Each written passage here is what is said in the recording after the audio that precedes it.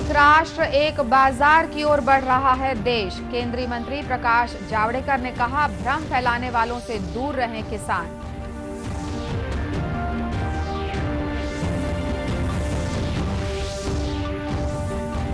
देश में कोरोना से अब तक 55 लाख से अधिक मरीज हुए संक्रमण से मुक्त। प्रदेश में मरीजों की संख्या 1,21,000 के पार।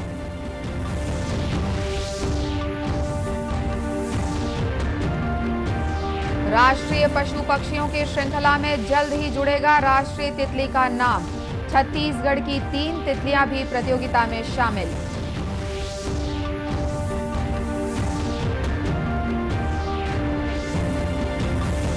और प्रदेश में इस बार 10 फीट से ज्यादा ऊंचा नहीं होगा रावण। दशहरा और दुर्गा पूजा के लिए गाइडलाइन जारी।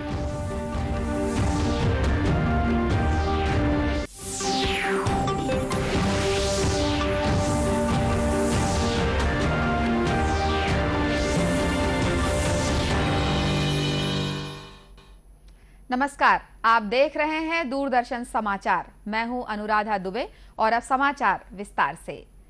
सूचना और प्रसारण मंत्री प्रकाश जावड़ेकर ने कहा है कि हाल ही में पारित तीनों विधेयकों से किसानों को लाभ होगा।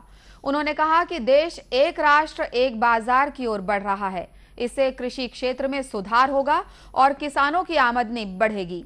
श्री जावड़ेकर ने गोवा सचिवालय में संवाददाताओं से कहा कि सभी औद्योगिक उत्पादों के लिए बिक्री मूल्य का निर्धारण उत्पादक करते हैं, लेकिन कृषि उत्पादों का मूल्य निर्धारण एजेंटों द्वारा किया जाता है। नए अधिनियम के प्रभावी होने के बाद अब बिक्री मूल्य के निर्धारण में किसानों को प्राथमिकता मिलेगी।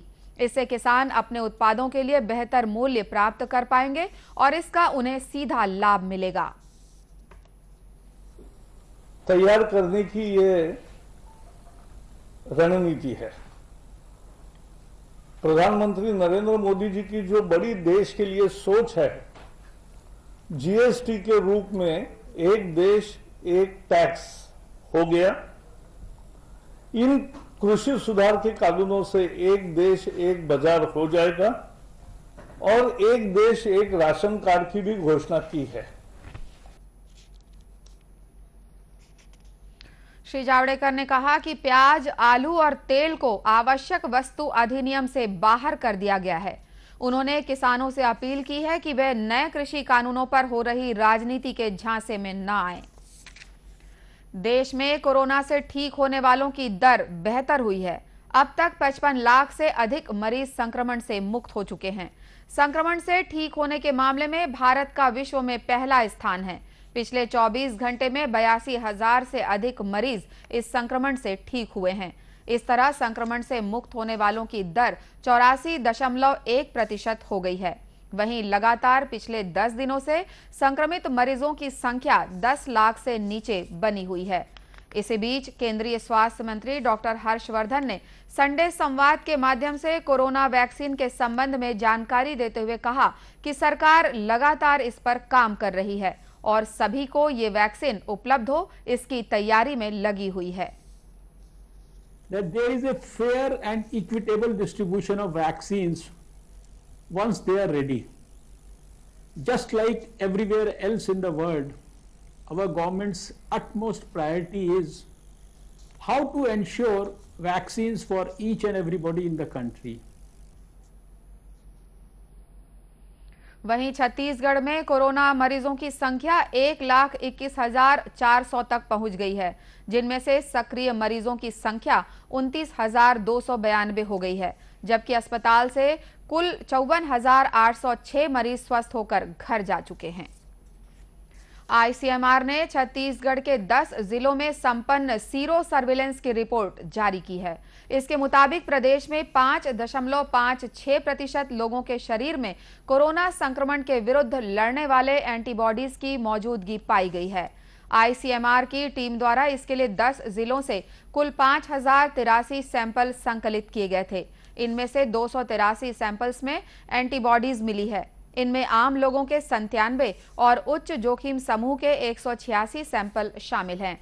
सीरो सर्विलेंस के लिए हर जिले से आम नागरिकों के औसतन 240 और उच्च जोखिम वर्ग से 260 सैंपल लिए गए थे। तथा प्रदेश के 10 जिलों के 20 विकास खंडों के 60 क्लस्टर्स में सर्विलेंस के लिए सैंपल संकलित किए गए थे। रिपोर्ट के अनुसार रायपुर जिले के 13.6%, राजनांदगांव के 3.75, दुर्ग के 8.61, बिलासपुर के 7.2, जशपुर के 1.51, बलौदाबाजार भाटापारा के 5.75% हैं। इसी तरह बलरामपुर रामानुजगंज के 1.74, कोरबा के 2.79, जांजगीर चांपा के 8.2 और मुंगेली के 3.64% लोगों के शरीर में एंटीबॉडीज पाई गई है। छत्तीसगढ़ में कोरोना सघन सामुदायिक सर्वे अभियान शुरू किया गया है। इसके अंतर्गत स्वास्थ्य विभाग की टीम कोरोना के संदिग्ध मरीजों की पहचान करेगी। प्रदेश भर में यह अभियान 12 अक्टूबर तक संचालित किया जाएगा। बुखार, सर्दी, खांसी, सांस लेने में तकलीफ, बदन दर्द, दस्त, उल्टी, सूंघने या स्वाद की क्षमता घटने जैसे लक्षणों वाले व्यक्तियों को संदिग्ध मरीजों की श्रेणी में रखा गया है। वहीं राजनांदगांव जिले में कोरोना संक्रमण की चैन तोड़ने के लिए स्वास्थ्य विभाग टेस्टिंग की संख्या बढ़ाने में जुटा है। इसके तहत अभियान चलाकर सभी 51 वार्डों में 5 अक्टूबर को मेगा कोरोना जांच शिविर का आयोजन किया गया है। इस शिविर में 5000 से अधिक लोगों की जांच का लक्ष्य रखा गया है। Collector TK. वर्मा ने बताया कि जांच शिविर में सामाजिक संगठनों की मदद ली जा रही है, साथ ही जागरूकता अभियान भी चलाया जा रहा है। नगर निगम सीमा क्षेत्र में प्रत्येक वार्ड में हम लोग 5 अक्टूबर को एक शिविर का आयोजन कर रहे हैं, जिसमें जितने कोरोना के संदिग्ध लोग हैं जिनको लक्षण है सर्दी, खांसी, बुखार या सांस लेने में तकलीफ या खाने में स्वाद नहीं आना, सुगंध नहीं आना, तो ऐसे लोगों के लिए एक दिवसीय बृहद स्वास्थ्य जांच शिविर का आयोजन किया गया है, जिसमें पूरे शहर के 51 वार्डों को लिया गया है और इसमें शहर के सभी सामाजिक संगठन, स्वयंसेवी संगठन भी आगे आ रहे हैं और उनके द्वारा भरपूर प्रचार प्रसार में उस दिन के आयोजन में भोजन है, पेयजल है, मास्क है, पीपीई किट है, इस टाइप के सहयोग प्रदान कर रहे हैं। इसी तरह जांजगीर चांपा में भी सामुदायिक सर्वे का काम 5 अक्टूबर से 12 अक्टूबर तक किया जाएगा। कलेक्टर यशवंत कुमार ने जिले के नागरिकों से अपील की है कि सर्वे टीम को सही जानकारी दें और सहयोग करें। समय समय पर कोरोना बचाव के लिए जो निर्देश दिए जा रहे हैं उसका पालन करें। 5 अक्टूबर से 12 अक्टूबर तक हम सघन सर्वेक्षण करेंगे, मतलब हम प्रत्येक घरों में जाकर के कोरोना लक्षण वाले मरीजों की पहचान करेंगे और जो भी इसके लक्षणों से युक्त लोग पाए जाएंगे उनको टेस्ट करेंगे और जो भी उसमें संक्रमित पाए जाएंगे उनका त्वरित इलाज करेंगे। उन्होंने कहा कि बहुत जरूरी होने पर ही घर से निकलें और घर से निकलते समय मास्क और सैनिटाइजर का उपयोग जरूर करें। मरवाही विधानसभा उपचुनाव के लिए प्रत्याशी चयन को लेकर भाजपा प्रदेश चुनाव समिति की बैठक में कई नामों पर चर्चा हुई। चर्चा के बाद चुनाव समिति ने 4 नामों का पैनल बनाकर पार्टी आलाकमान के पास भेज दिया है। वहां से मंजूरी मिलने के बाद नाम का ऐलान किया जाएगा। बैठक के बाद प्रदेश अध्यक्ष विष्णुदेव साय ने कहा कि उपचुनाव के लिए नामांकन 9 अक्टूबर से शुरू हो रहा है। जल्द ही हम अपने प्रत्याशी का नाम तय कर देंगे। का पैनल तैयार हुआ है और इसको केंद्रीय चुनाव समिति को भेजेंगे और केंद्रीय चुनाव समिति मरवाही विधानसभा उपचुनाव का प्रत्याशी तय करेगा। बैठक में पूर्व मुख्यमंत्री डॉक्टर रमन सिंह, नेता प्रतिपक्ष धर्मलाल कौशिक, मरवाही उपचुनाव के प्रभारी अमर अग्रवाल समेत अन्य वरिष्ठ नेता मौजूद थे। बताया गया है कि जिन 4 नामों का पैनल तैयार किया गया है उनमें डॉक्टर गंभीर सिंह, रामदयाल उइके, समीरा पैकरा और अर्चना पोर्ते शामिल हैं। वहीं कांग्रेस चुनाव समिति की बैठक 9 अक्टूबर को होगी। बैठक में दावेदारों के नाम पर विचार किया जाएगा। कांग्रेस में भी प्रमुख दावेदारों के रूप में गुलाब सिंह राज, अजीत सिंह श्याम, के ध्रुव जैसे नाम शामिल हैं। बैठक के बाद प्रदेश कांग्रेस चुनाव समिति नामों का पैनल पार्टी आलाकमान को भेजेगी, जबकि जनता कांग्रेस छत्तीसगढ़ ने अमित जोगी को अपना प्रत्याशी घोषित कर दिया है। उल्लेखनीय है कि पूर्व मुख्यमंत्री अजीत जोगी के निधन के बाद ये सीट रिक्त हुई है, जिसके कारण यहां पर उपचुनाव हो रहा है। जीएसटी कलेक्शन के मामले में छत्तीसगढ़ देश में दूसरे स्थान पर है। सितंबर माह में देश के अन्य राज्यों की तुलना में जीएसटी कलेक्शन में छत्तीसगढ़ में दूसरी सबसे बड़ी ग्रोथ दर्ज की गई है।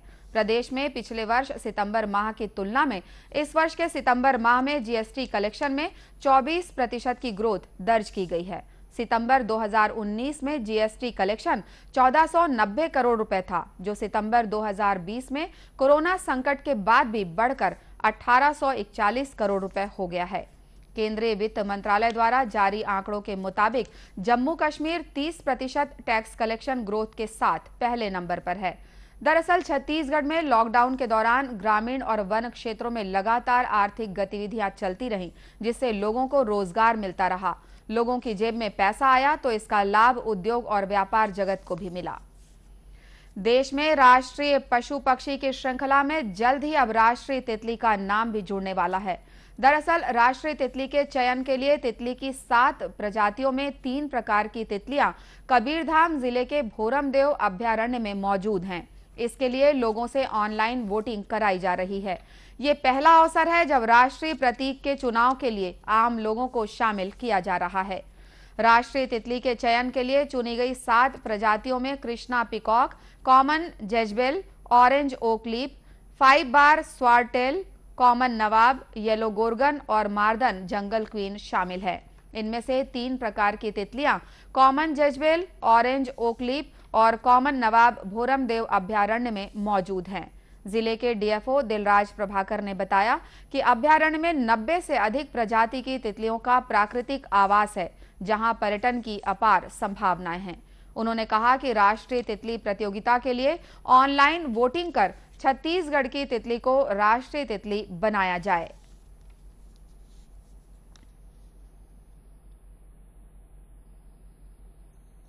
जिला कबीरधाम के भोरमदेव अभ्यारण्य में इन 7 में से 3 तितलियां कॉमन जेजेबेल, ऑरेंज ओकलीप और कॉमन नवाब मौजूद हैं।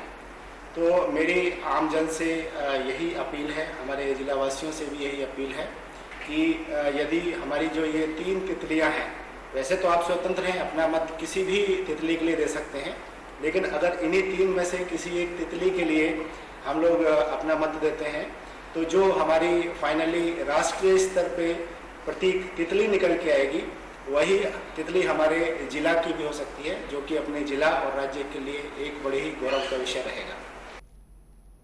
राष्ट्रीय तितली के चयन के लिए 8 अक्टूबर तक वोटिंग की जा सकती है। रायपुर जिला प्रशासन ने दशहरा और दुर्गा पूजा के लिए गाइडलाइन जारी कर दी है। सभी समितियों को कोरोना वायरस संक्रमण के नियंत्रण और बचाव के लिए निर्धारित निर्देशों का पालन करने पर ही त्योहार मनाने की अनुमति होगी। जारी निर्देश में कहा गया है कि रावण पुतले की ऊंचाई 10 फीट से ज्यादा नहीं होगी तथा पुतला दहन रहवासी इलाकों में नहीं होगा। कार्यक्रम में समिति के पदाधिकारियों के अलावा सिर्फ 50 व्यक्तियों को शामिल होने की अनुमति दी गई है। इसके लिए नगर निगम से संबंधित जोन कार्यालय में 10 दिन पहले शपथ पत्र देना होगा।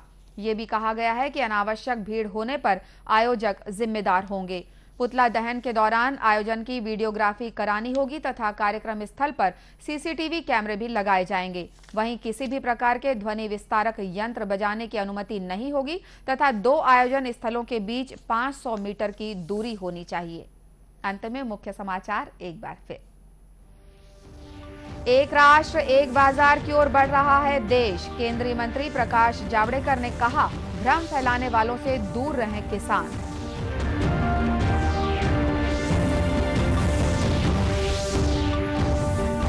देश में कोरोना से अब तक 55 लाख से अधिक मरीज हुए संक्रमण से मुक्त। प्रदेश में मरीजों की संख्या 1,21,000 के पार।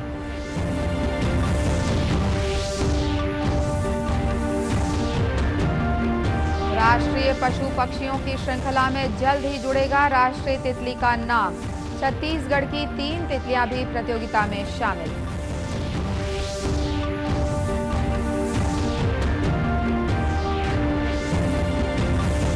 और प्रदेश में इस बार 10 फीट से ज्यादा ऊंचा नहीं होगा रावण। दशहरा और दुर्गा पूजा के लिए गाइडलाइन जारी। कोरोना से बचाव के लिए मास्क, सैनिटाइजर के साथ ही सोशल डिस्टेंसिंग का भी पालन करें। कोरोना को हराना है, मास्क जरूर लगाना है। इसी के साथ ये समाचार बुलेटिन समाप्त हुआ। नमस्कार।